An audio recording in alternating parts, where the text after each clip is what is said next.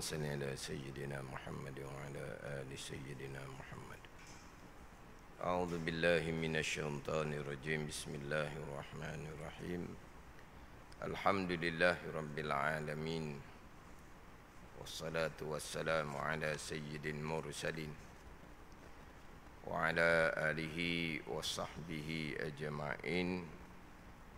رب اشرح لي صدري ويسر لي أمري واحلل عقدة من لساني يفقه قولي. سبحانك لا علم لنا إلا ما علمتنا إنك أنت العليم الحكيم. ولا حول ولا قوة إلا بالله العلي العظيم. Kitab Minhajul Abidin, muka surat 13. Muka surat 13, baris yang ke-9 daripada bawah. Muka surat 13, baris ke-9 daripada bawah. Qala al-muallifu rahimahullahu ta'ala wa nafa'ana bi'ulumihi amin. Maha suci daripada menunjukkan baharu. Maha suci daripada menunjukkan baharu, daripada sifat-sifat yang menunjukkan atas baharu. Dan tunggal ia Allah dengan kidamnya daripada tiap-tiap bagi yang baharu. Maha suci daripada menunjukkan baharu. Maha suci daripada dalil-dalil sifat-sifat yang menunjukkan atas sifat-sifat yang baharu. Mana contohnya sifat-sifat yang baharu? Contohnya mana ni? Minal jihati sittah. Minal jihati sittah, daripada jihah ataupun arah yang 6. Itu menunjukkan atas sifat yang baharu. Jadi maha suci Allah daripada menunjukkan baharu. Mana baharu? Minal jihati sitti, daripada jihah yang 6. Tuhan di atas, Tuhan di bawah, di kanan, di kiri, di hadapan, di belakang. Itu semua adalah sifat-sifat yang baharu. Mana lagi sifat-sifat yang baharu? Contohnya al-ijtima' wal-iftiraq. Itu pun semua sifat-sifat yang baharu. Al-ijtima' wal-iftiraq. Al-ijtima' ni berhimpun, al-iftiraq ni bercerai. Itu pun sifat-sifat yang baharu. Al-ijtima' berhimpun, berdempet. Itu sifat yang baharu. Al-iftiraq bercerai. Itu pun sifat yang baharu. Maha suci Allah daripada menunjukkan yang baharu. Ini pembicaraan berkaitan dengan qadar fardu ain daripada ilmu tauhid. Sakatan fardu ain daripada ilmu tauhid. Kalaulah kita pergi kepada sifat 20 gok, mukhalafatuhu ta'ala lil hawadis lah. Kemudian maha suci Allah daripada mumasalatuhu ta'ala lil hawadis. Maha suci ni hukum kepada sifat yang mustahil. Sifat yang wajib tentu sungguh di zat Allah subhanahu wa ta'ala. Sifat yang mustahil, maha suci Allah daripada sifat-sifat yang mustahil, sifat naqais, sifat kekurangan. Yang mana minggu lepas saya sudah bicara hak berkaitan dengan bersifat Allah Ta'ala dengan sifat kamal. Itu wajib atas mukallaf mengetahui dan berpegang Mengetahui dan berpegang secara ijmal Allah Subhanahu wa taala bersifat dengan sifat kamalat, sifat kesempurnaan yang tidak terhingga banyaknya. Mustahil Allah bersifat dengan sifat naqais, sifat-sifat kekurangan. Jadi hukumnya kita berpegang tentu sungguh Allah bersifat dengan sifat kesempurnaan, tentu dak ataupun maha suci Allah daripada sifat-sifat kekurangan. Itu secara ijma, secara ringkas. Termasuk sifat-sifat kekurangan adalah sifat-sifat yang baharu. Sifat-sifat yang baharu kesemuanya adalah sifat kekurangan bagi Allah Subhanahu wa taala. Sifat yang baharu sifat kita lah. Sifat yang baharu semuanya adalah sifat naqais, sifat kekurangan bagi Allah Subhanahu wa taala. Kita berpegang maha suci Allah daripada sifat kekurangan yang tidak terhingga banyaknya. Itu mengetahui dan berpegang secara ijmal sebelum pergi kepada mengetahui dan berpegang secara tafsil akan sifat 20. Yang mana terkadang kitab-kitab yang kecil dia terus pergi kepada bermula sifat Allah ialah 20. Pertama wujud, contohnya. Kalau kitab kecil dia mulai seumpama tu. Bermula sifat Allah ialah 20.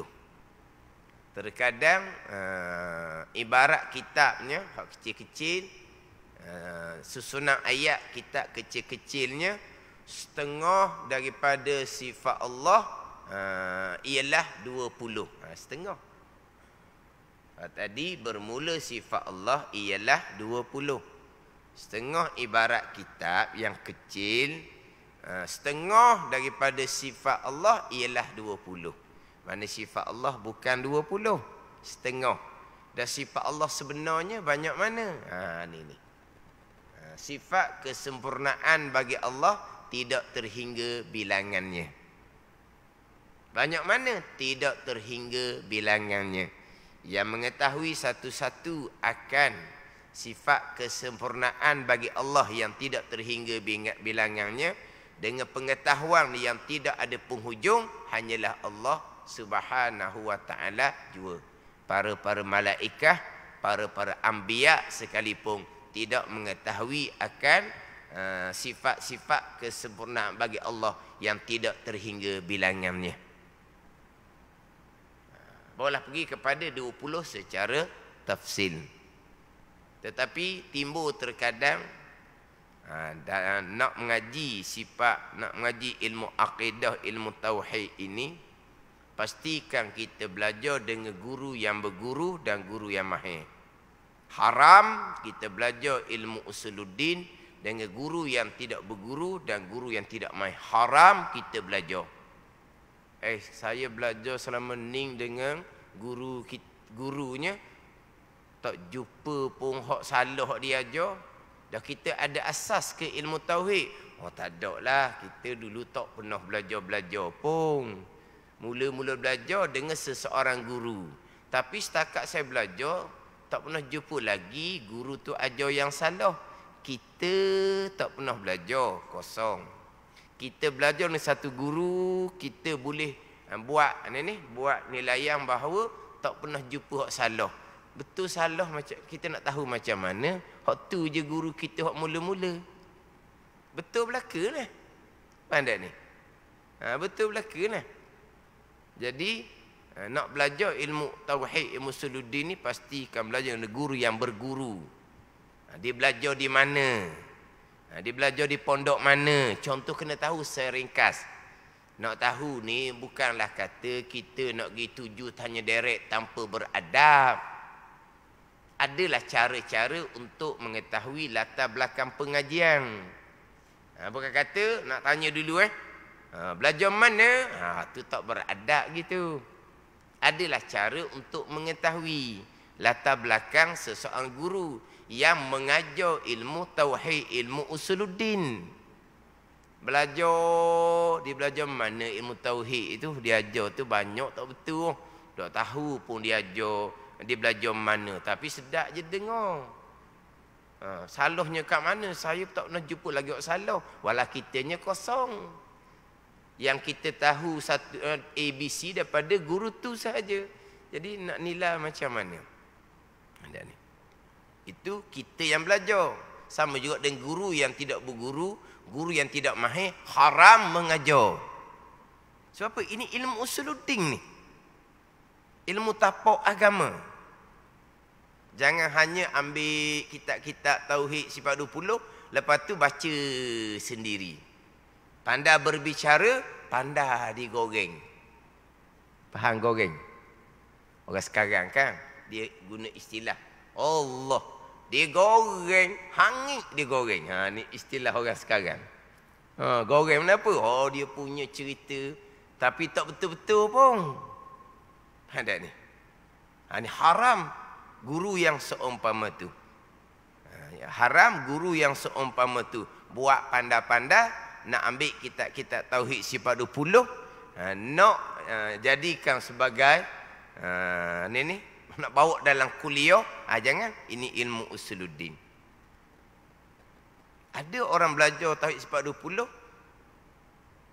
dia kata, ya memang saya pegang sifat Allah 20. 20 tu. Dah ada lebih lagi ke? 20 kan?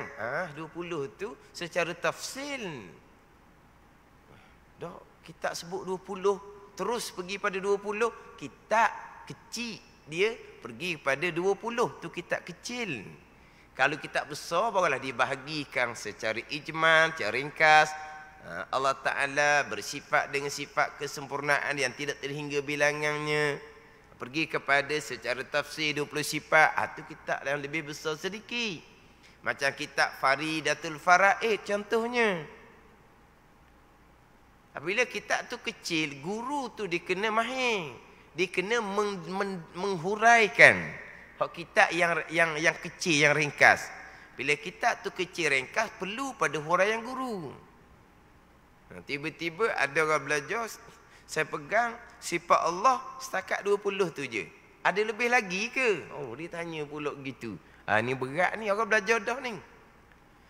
Ada pun golongan yang memang tolak sifat 20. Dia panggil apa? Golongan yang anti kaedah sifat 20. Tak pelik lah. Ada satu ceramah daripada golongan yang anti sifat 20. Ada ke pokok sifat 20 ni? Sifat Allah 20 je? Dia kata gitu. Dia kata kepada orang-orang yang mengajar tauhid sifat 20 ni, ada ke sifat 20 je? 20 je sifat Tuhan? Dia malah dia tak erti sifat 20 sebab dia anti sifat 20. Sifat 20 tu dijadikan sebagai bahan gurauan dalam kelas aje. Bahan gurauan. Lepas tu yang belajar tu pakat ketawa lah. Allah ada, lawan tiada. Allah ada, lawan tiada. Allah ada mula-mula, lepas berlawan Allah kalah, jadi tiada. Lepas tu dia pun pakat ketawa. Ni manusia. Ni manusia. Ni saya pernah cerita pada satu forum. Forum ni bukan bicara bab tauhid, forum bicara masyarakat lah.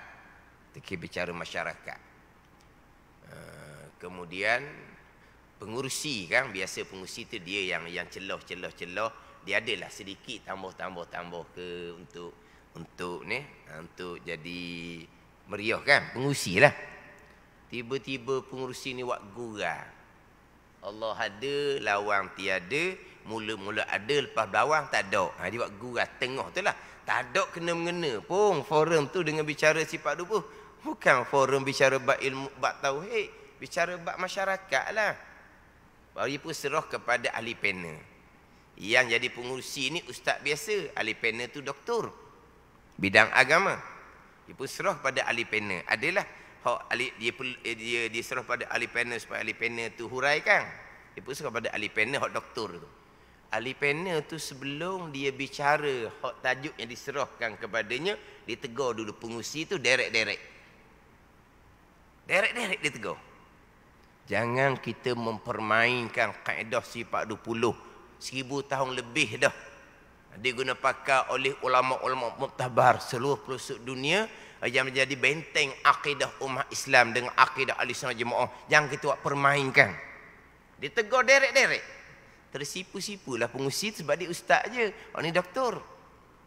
Maknanya dia tegur derek-derek. Pada ni. Barulah dia pun pergi kepada pembicaraan ni, hak tajuk forum tu lah. Ni. Dia mempermain-mainkan. Tapi memang ada orang yang anti sifat 20, dia kata seumpama tu. Ada ke hak belajar tauhid sifat 20? Ada ke sifat Allah Ta'ala 20 je? Siapa kata sifat Allah 20? Hak 20 tu secara tafsil. Satu laginya, ni golongan yang samalah ni, hak anti sifat 20.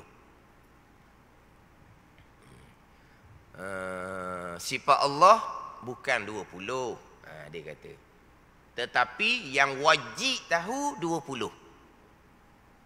Dia kata sifat Allah bukan 20. Sifat Allah banyak mana dia tak katalah. Sifat Allah bukan 20. Tetapi yang wajib kita tahu 20. Yang selebihnya sunat barangkali. Ni. Ada ni. Oh tadi ada ke sifat Allah 20 je? Dia nak menolak kaedah sifat 20. Ni sifat Allah bukan 20. Tapi yang wajib tahu 20. Jadi yang selebihnya sunat barangkali, dia kata. Ni tak kerti belaka ni. Jadi hak 20 tu wajib kena tahu. Hak lain tu sunat. Hak lain tu sifat Allah banyak mana hak lain? Sifat Allah, sifat kesempurnaan bagi Allah tidak terhingga bilangannya. Lepas tu sunat ke tahu? Wajib atas mukallaf mengetahui dan berpegang secara ijmal Allah Subhanahu wa taala bersifat dengan sifat kesempurnaan yang tidak terhingga bilangannya. Maha suci Allah bersifat kekurangan yang tidak terhingga bilangannya. Wajib mengetahui dan berpegang secara ijmal tu, secara ringkas, secara kasar, secara borong dia panggil. Sunatnya kok mana? Tapi orang ni tak pelik lah. Sebab ni golongan yang memang tolak kaedah sifat 20. Tapi ada orang yang terima kaedah sifat 20. Tapi sifat Allah 20 saja. Oh tu salah sangat gitu tu. Pandai ni. Jadi secara ijmal, secara tafsil. Hak 20 tu secara tafsil. Cuma dalam kitab Minhajul ini sekarang pembicaraan adalah berkaitan dengan hak sakatan fardu ain daripada ilmu tauhid. Sakatan fardu ilmu tauhid didatangkan secara ringkas-ringkas lah hak berkaitan dengan sifat-sifat Allah Subhanahu wa taala. Saya ringkas je ni. Saya ringkas berkaitan dengan sifat Allah Subhanahu wa taala. Maha suci daripada menunjukkan baharu. Makna yang menunjuk atas sifat yang baharu mustahil sama sekali bagi Allah Subhanahu wa taala kita berpegang maha suci Allah daripada sifat-sifat yang menunjukkan atas baharu. Mana contoh tadilah minal jihati sitti, daripada jihah yang 6, atas, bawah, kanan, kiri, depan dan belakang. Termasuk sifat yang baharu adalah al-ijtima' wal iftira'. Al-ijtima' ni berdempet, al-iftira' berpisah. Sebab kita berpegang sedia kala hanyalah zat dan sifat Allah. Jadi sebelum Allah menjadikan makhluk, yang ada hanyalah Allah Subhanahu wa taala. Itulah pegangan kita kan. Jadi yang sedia kala, yang qadim, yang azali, zat Allah dan sifat kesempurnaan bagi Allah. Dalam hadis Muslimnya, hadis Bukhari, hadis Sahih Bukhari, kana Allah wa lam yakun syai'un ghairuh. Ada Allah Taala dan tidak ada serta Allah selain, tidak ada sertanya selain daripada Allah. Yang ada hanyalah Allah. Selain Allah tidak ada. Sebelum Allah menjadikan makhluk. Ini sebelum Allah menjadikan makhluk. Hadis Bukhari ni kita dah reti. Tapi itulah pegangan kitanya. Kana Allah walam yakun syai'un ghairuh, ada Allah dan tidak ada sesuatu selain daripada Allah sedia kala. Itu dah pegangan kita. Jadi ketika sedia kala tu, yang ada hanyalah Allah.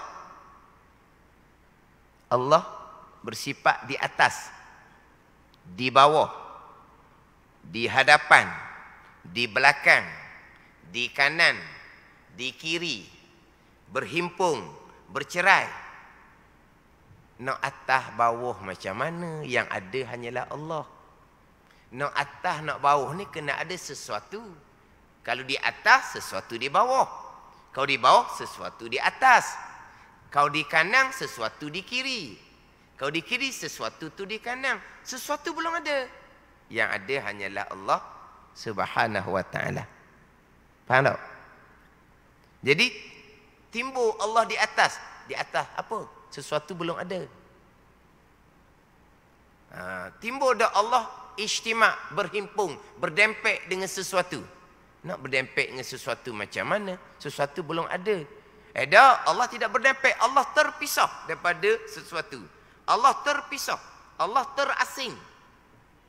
Allah terpisah. Allah terasing. Nak terpisah, terasing macam mana? Selain daripada Allah, belum lagi diadakan oleh Allah Subhanahu wa ta'ala. Faham? Kita nak berhimpun, kena ada dua perkara. Kalau nak kata bercerai, kena ada dua perkara. Kalau yang ada hanyalah Allah, ada Allah berhimpun dengan sesuatu. Allah terpisah, tercerai daripada sesuatu. Tidak adalah. Ini pada sedia kala. Pegangan kita, sedia kala Allah seumpama tu, Allah Ta'ala kekal dengan sifat yang sedia kala. Sampai Allah Ta'ala kekal dengan sifat Allah yang sedia kala. Sifat Allah tidak berubah sama sekali dan mustahil ada sifat baru bagi Allah Subhanahu wa ta'ala. Itu je. Kemudian kita pergilah kepada ayat-ayat Al-Quran pula. Hak ni kita bicara secara kok luar dahulu. Biar kita faham. Biar kita faham hak kok luar dahulu. Jadi sebelum Allah menjadikan sesuatu, tidak timbul di atas, di bawah, di kanan, di kiri, di hadapan, di belakang, dekat ke, jauh ke, tak timbul. Sebab dekat ke, jauh ke, kena ada sesuatu. Ada dua perkara, jaraknya dekat. Ada dua perkara, jaraknya jauh. Baru timbul dekat, jauh. Jadi Allah Ta'ala, yang ada hanya Allah Ta'ala jua. Maka Allah bersifat dengan dekat, dengan jauh. Tidak ada. Itu sebab Allah hanya Allah Ta'ala jua yang ada pada sedia kala. Begitulah Allah Ta'ala, sifat Allah pada sedia kala. Begitulah kekal sifat Allah selama-lamanya. Tidak berubah sama sekali sifat Allah. Walaupun selepas Allah Ta'ala menjadikan akan makhluk Allah Subhanahu wa ta'ala, Allah tidak berubah, Allah tidak terkesan, Allah tidak ambil manfaat daripada makhluk yang telah jadikan.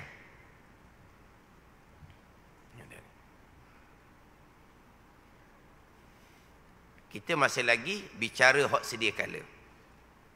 Kita masih lagi bicara hak sedia kala. Nanti kita akan pergilah kepada ayat-ayat Al-Quran yang mutasyabihah, yang makna pada zahirnya seperti di atas arash, seperti di langit, di bumi. Ayat Al-Quran. Ayat Al-Quran Allah hampir. Ayat Al-Quran Allah bersama.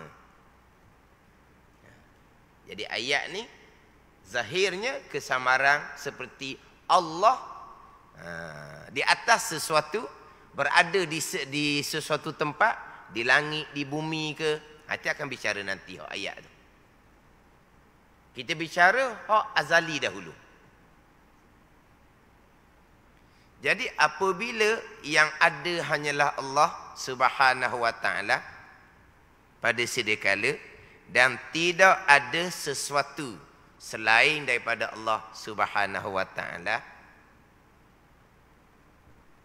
Allah bertempat ataupun tidak. Atas bawah itu sifat baharu.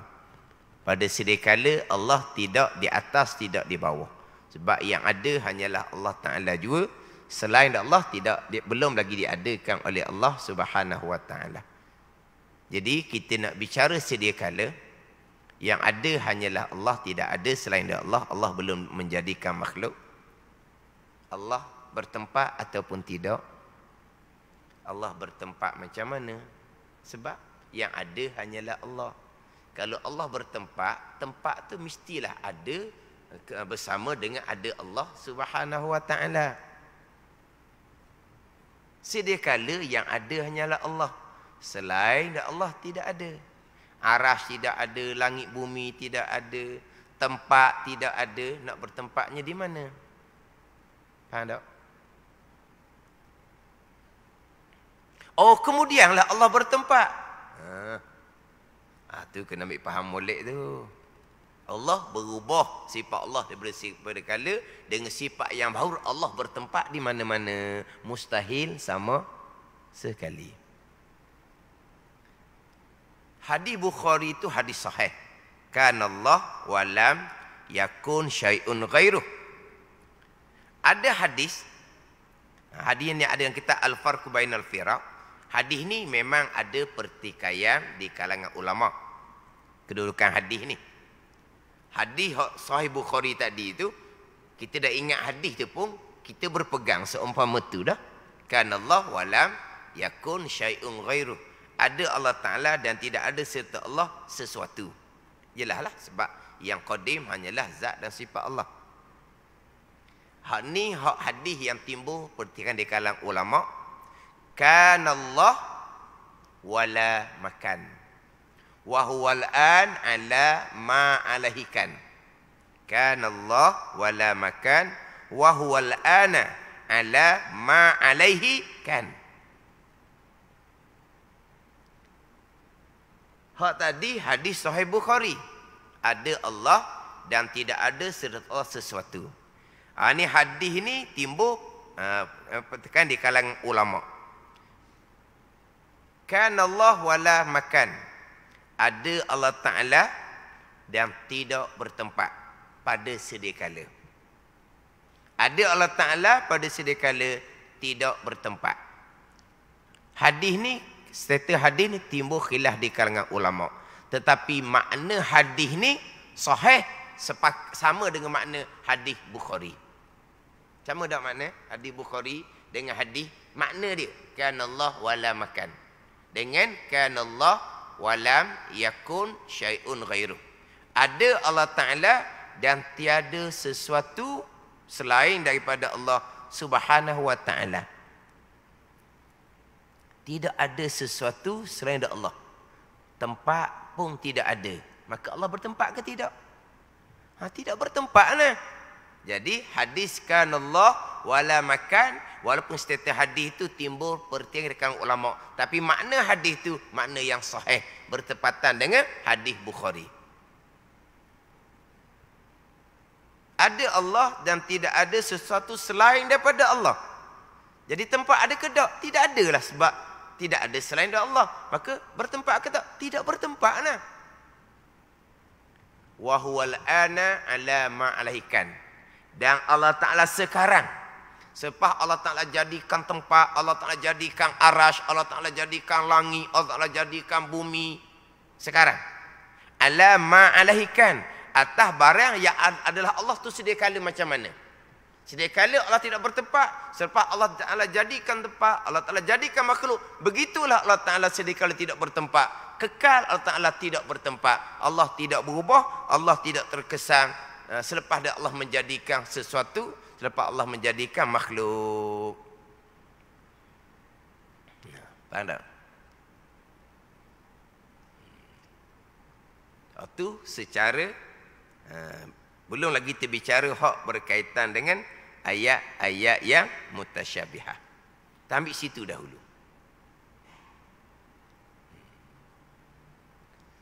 Kemudian kita pergi kepada ayat suratul Fatihah. Yang mana terkadang ada yang bertanya, apakah dalil Allah tidak bertempat? Dalil tadilah Allah Ta'ala sedia kala yang ada hanyalah Allah, Allah tidak bertempat. Sebab Allah belum jadikan sesuatu. Allah kekal, tidak berubah. Begitu Allah sedia kala, begitu Allah kekal selama-lamanya, tidak ada penghujung. Kemudian dalil pula, nak dalil Allah tidak bertempat. Nah, kita akan bicara ayat mutasyabihah. Dalilnya alhamdulillahi rabbil alamin. Alhamdulillahi rabbil alamin. Segala puji bagi Allah. Allah ni rabbil alamin. Rabbil alamin. Segala puji bagi Allah. Allah adalah Rabb, Tuan bagi sekalian alam. Allah Rabb, Tuan bagi sekalian alam. Rabb ni dia ada bagai-bagai makna. Rabb ni Tuan yang mengatur, yang menyusung, yang mentadbir, yang memiliki. Itu Rabb. Al-alamin, tiap-tiap yang ada selain Allah tu alam. Alam ni kullu maujudin siwallah. Kita duk baca semua Fatihah. Allah Rabbil alamin. Apa dia Allah Rabb? Allah Tuan. Allah yang mengatur, yang menyusung. Allah sebagai Rabb asasnya adalah mengesakan Allah pada perbuatan. Allah sebagai Rabb, semua perbuatan yang berlaku adalah perbuatan Allah Subhanahu wa ta'ala. Itu asas tauhid rububiyah, mengesakan Allah pada perbuatan. Sebab Allah Rabb, Allah Tuan. Apa yang berlaku semuanya datang daripada perbuatan Allah sebagai Tuan. Al-alamin yang kita baca tiap-tiap rakaat, makna alam bukan alam semesta. Makna alam adalah kullu maujudin siwallah, tiap-tiap barang yang ada selain daripada Allah. Tu alam. Ada ni. Tiap-tiap yang ada selain Allah tu alam. Alam semesta tu, langit bumi, alam. Ini kayu batu, alam. Syurga neraka, alam. Arash, alam. Apa lagi? Manusia, malaikat, jin, alam. Jadi Allah Rabb kepada sekalian alam. Alam menjadi marbub kepada Allah. Yang dimiliki, yang diatur, yang disusung, yang ditadbir oleh Allah. Jadi selain daripada Allah, dipanggil alam, menjadi marbub kepada Allah. Yang diatur, yang direntah, yang disusung oleh Allah. Bukan menjadi tempat bagi Allah Subhanahu wa ta'ala. Alam tidak menjadi tempat bagi Allah. Alam adalah marbub kepada Allah sebagai Rabb. Termasuk alam adalah arash. Termasuk alam adalah langit. Termasuk alam adalah bumi. Arash, langit, bumi adalah marbub kepada Allah. Yang dimiliki, yang diatur, disusung oleh Allah Subhanahu wa ta'ala. Arash, langit, bumi bukan tempat bagi Allah Subhanahu wa ta'ala, tetapi menjadi marbub kepada Allah Subhanahu wa ta'ala. Alhamdulillahi rabbil alamin. Allah Rabb bagi sekalian alam. Alam bukan tempat bagi Allah Subhanahu wa ta'ala, termasuk arash. Itu hak suratul Fatihah yang kita baca pada tiap rakaat. Alhamdulillahi rabbil alamin. Hak lebih jelas laginya Allah Ta'ala berfirman, wa huwa rabbul arsyil azim. Hak itu lebih jelas. Wa huwa rabbul arsyil azim. Dan ia Allah Tuan bagi arasy yang agung. Allah Tuan bagi arasy yang agung.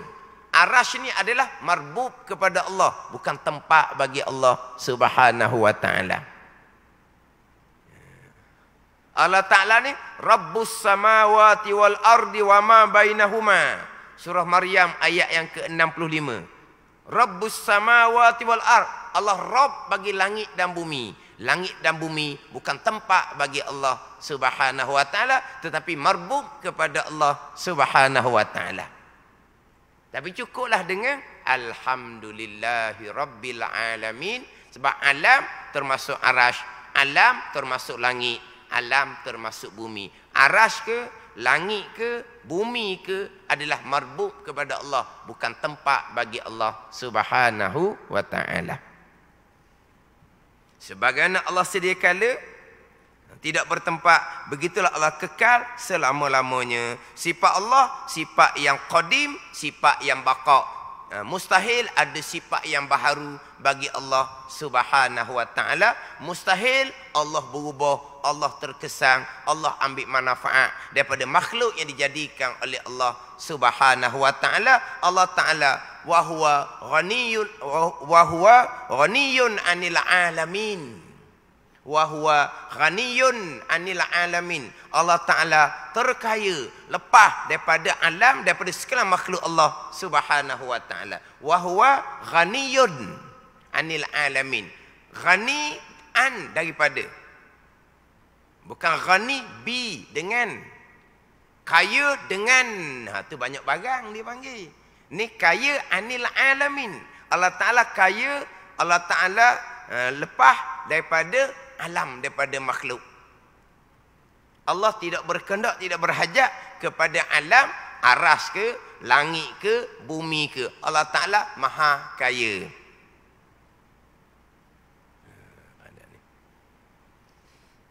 Kemudian kita pergilah kepada ayat-ayat yang mutasyabihah. Jalanan Ahlussunnah wal Jamaah sama ada jalanan salaf di 3 kurung. Yang pertama salafus salih dan juga jalanan khalaf. Hal ni akan dibicarakan panjang dalam pembicaraan sifat mukhalafatuhu ta'ala lil hawadis. Ini semua fardu ain kepada kita. Sebab sifat 20 tu wajib mengetahui dan berpegang secara tafsil, secara terperinci. Ada ni. Kemudian kita mengetahui secara terperinci pula, kena ada tambahan-tambahan lagi bersesuaian dengan masa yang penuh dengan fitnah. Bicara sifat 20 secara tafsil, tetapi dengan fitnah pegangan yang timbul sekarang, kita lagilah kena kemah. Ada ni. Maknanya kalau kita berlaku satu-satu perkara yang tidak selamat pegangan kita, jikalau kita tidak tahqiq dalam satu-satu pegangan, maka wajib kita kena memahami satu-satu secara tahqiq, secara kejak, jelas, kemah. Ini bab usuluddin. Fitnah akhir zaman, fitnah bab pegangan. Bukan kata ayat mutasyabihah, ayat yang muhkamah. Ayat muhkamah hak berkaitan qada dan qadar Allah Subhanahu wa taala. Hadis yang muhkam, ayat yang terang maksud, hadis yang terang maksud qada dan qadar. Terkadang terpesu molek-molek ada. Walaha hak bab qada dan qadar ini sepakat Ahlussunnah wal Jamaah sama ada salaf ataupun khalaf. Sebab apa? Sebab pembicaraan bab qada dan qadar ayat Al-Quran yang muhkamah, ayat Al-Quran yang terang maksud. Tak timbul dah kesamaran. Hadis-hadis yang muhkam, hadis-hadis yang terang maksud, yang tak timbul dah sebagai persoalan. Itu pun terkadang terpesong. Pergi pula pada pembicaraan ayat-ayat yang mutasyabihah. Ini lagilah besar ujian pada masa sekarang. Mana untuk diri kita, keluarga kita kena mantap molek. Sebab ada pelbagai dalam rakaman-rakaman sekarang, daripada orang yang ada title-title yang tinggi-tinggi. Orang yang ada title yang tinggi-tinggi. Kalau kita tak kemah molek, boleh tergelincir pegangan. Boleh tergelincir pegangan. Diri kita sama, anak-anak isteri kita pun sama. Kena kemah molek. Jadi hak berkaitan dengan ayat-ayat yang mutasyabihah, yang biasanya diolahkan adalah istiwa alal arsh. Istiwa alal arsh. Istiwa ada bagai-bagai makna. Istiwa ada bagai-bagai makna. Istiwa ada makna tertinggi. Ala wartafa'a. Itu istiwa. Ala wartafa'a. Tertinggi darajah. Bukan tertinggi nisbah tempat. Dan istiwa ada makna istiqrar. Menetap. Ni, duduk menetap ni. Istiwa juga ni. Julus. Ini julus. Istawaitu alal kursi. Ay jalastu alal kursi. Istawaitu alal kursi dengan makna jalastu alal kursi, aku duduk atas kursi. Dengan makna duduk, dengan makna menetap. Ada istiwa dengan makna duduk, ada makna menetap. Bagai-bagai makna istiwa. Jadi apabila satu-satu ayat yang lafaznya mustarak, lafaz yang mustarak dengan bahawa bukan hanya satu makna. Dia panggil lafaz yang mustarak. Ada bagai-bagai makna. Bila ada bagai-bagai makna, maka makna sudah menjadi zanni, bukan yakin lagi. Ayat Al-Quran yakin, wajib kita imani. Tidak beriman dengan ayat Quran walaupun hanya satu huruf saja. Ayat yang yakin ayat Al-Quran. Satu huruf. Qaf. Bukan ayat Quran tu. Kufur. Satu huruf yang ijma' ulama' lah. Kalau satu huruf yang khilaf ulama', hak tu mana satu huruf yang khilaf ulama'? Fatihah kita tu lah. Kita baca dengan Maliki Yaumiddin. Mim alif. Ada qiraah baca Maliki Yaumiddin. Alif tak ada. Tak ada ni. Maliki Yaumiddin, huruf Fatihah 142. Maliki Yaumiddin 141. Jadi alif tu tidak ijma' ulama. Tapi nak ceritanya ayat yang diyakini wajib kita imani.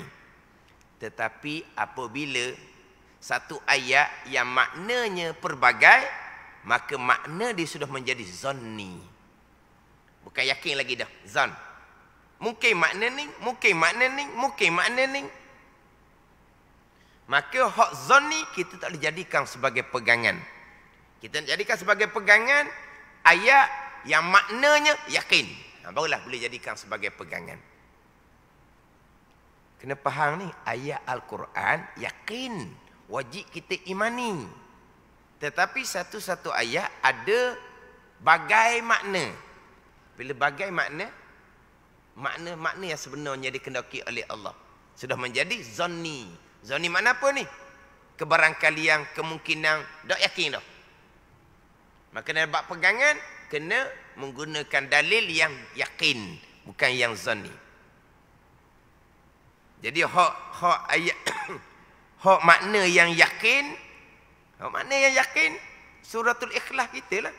Walam yakul lahu kufuwan ahad. Tidak ada sesuatu siapa pun yang setara, yang serupa dengan Allah Subhanahu wa ta'ala. Itu ayat yang muhkamah, ayat yang yakin, makna pun makna yang yakin. Dalam surah Asy-Syura ayat ke-11, laisa kamislihi syai'un wa huwas samiul basir. Tiada satu perkara pun yang seumpama Allah Subhanahu wa ta'ala. Laisa kamitslihi syai'un. Isim nakirah syai'un di halaman nafi memberi faedah umum dengan makna tiada satu perkara pun yang sebanding, yang serupa dengan Allah Subhanahu wa ta'ala. Ayat yang yakin, makna pun makna yang yakin. Sudah. Kemudian kita permati di permulaannya adalah hak hadis Nabi sallallahu alaihi wasallam, tafakkaru fil khalqi wala tafakkaru fil khaliq. Berfikirlah kamu pada kejadian Allah, fil khalqi ayil fil makhluqi. Pada kejadian Allah. Jangan kamu fikir berkaitan dengan Allah sebagai penjadi. Allah begini, begini. Jangan kamu fikir. Dilarang, Nabi larang kita fikir berkaitan dengan zat Allah Subhanahu wa ta'ala. Allah di mana? Allah macam mana? Jangan gitu. Tapi apabila dilarang berfikir, kita tidak berfikir. Tapi lintasan sentiasa datang. Lintasan sentiasa datang. Maka bila datang lintasan dalam apa timbul lintasan, kullu ma khatara ala balika fallahu bi khilafih. Ini hak makna yang mafhum daripada kata-kata Sayyidina Ali karamallahu wajhah. Kullu ma khatara ala balika fallahu bi khilafih.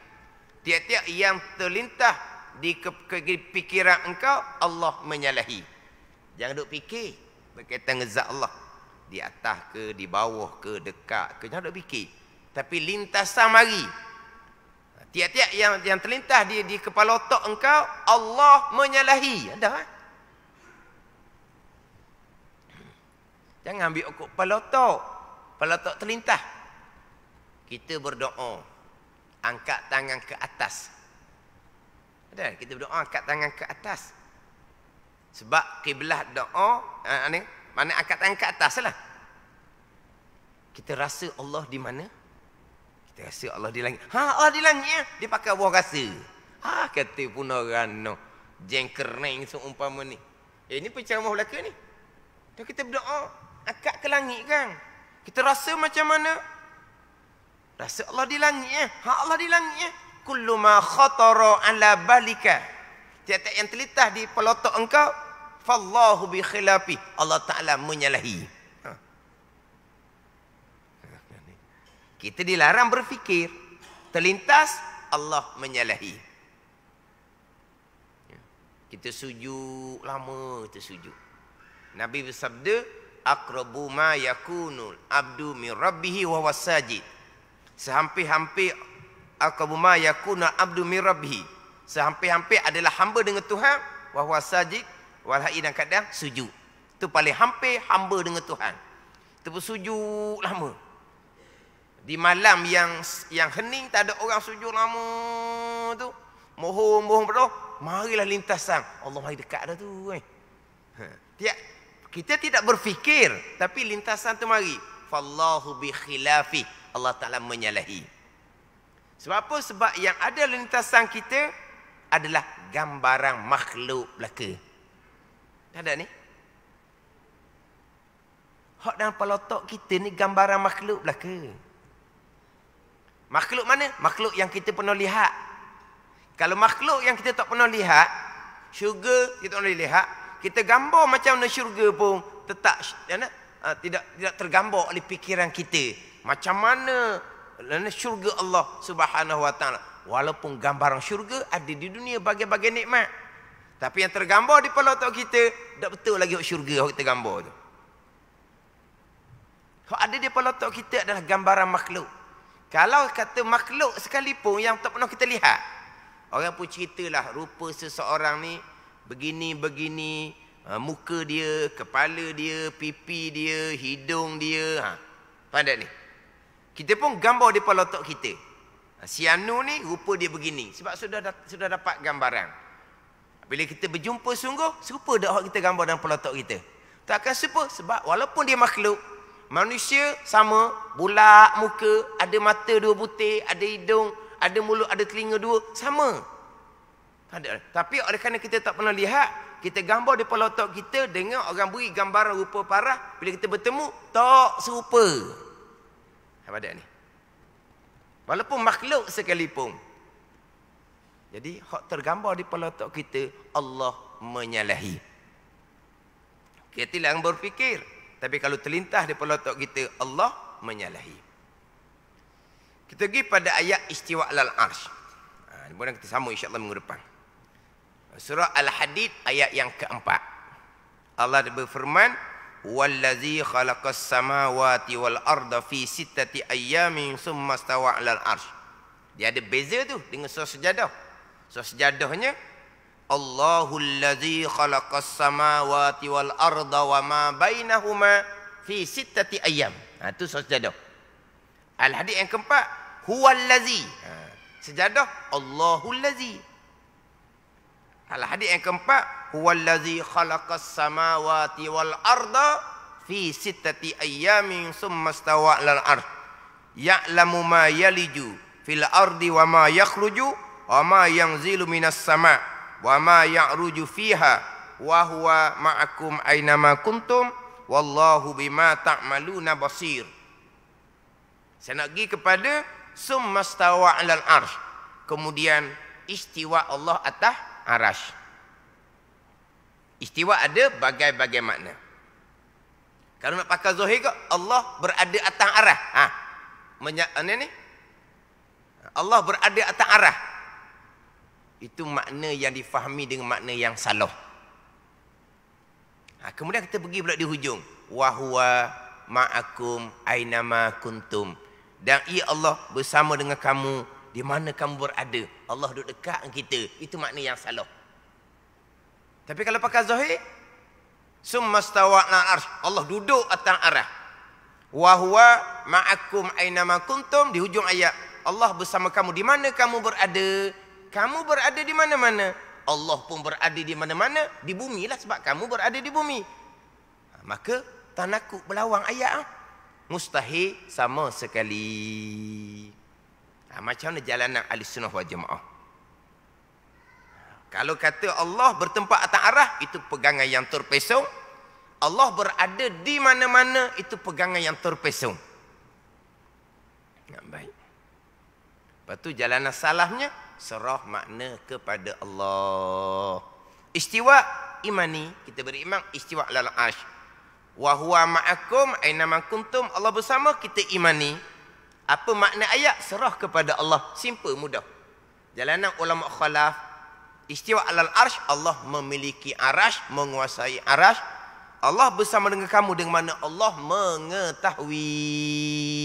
Itu jalanan khalaf, jalanan ahli sunnah wal jamaah. Jadi insya-Allah lah kita sambung kembali hak berkaitan dengan maha suci Allah, maha suci daripada menunjukkan baharu.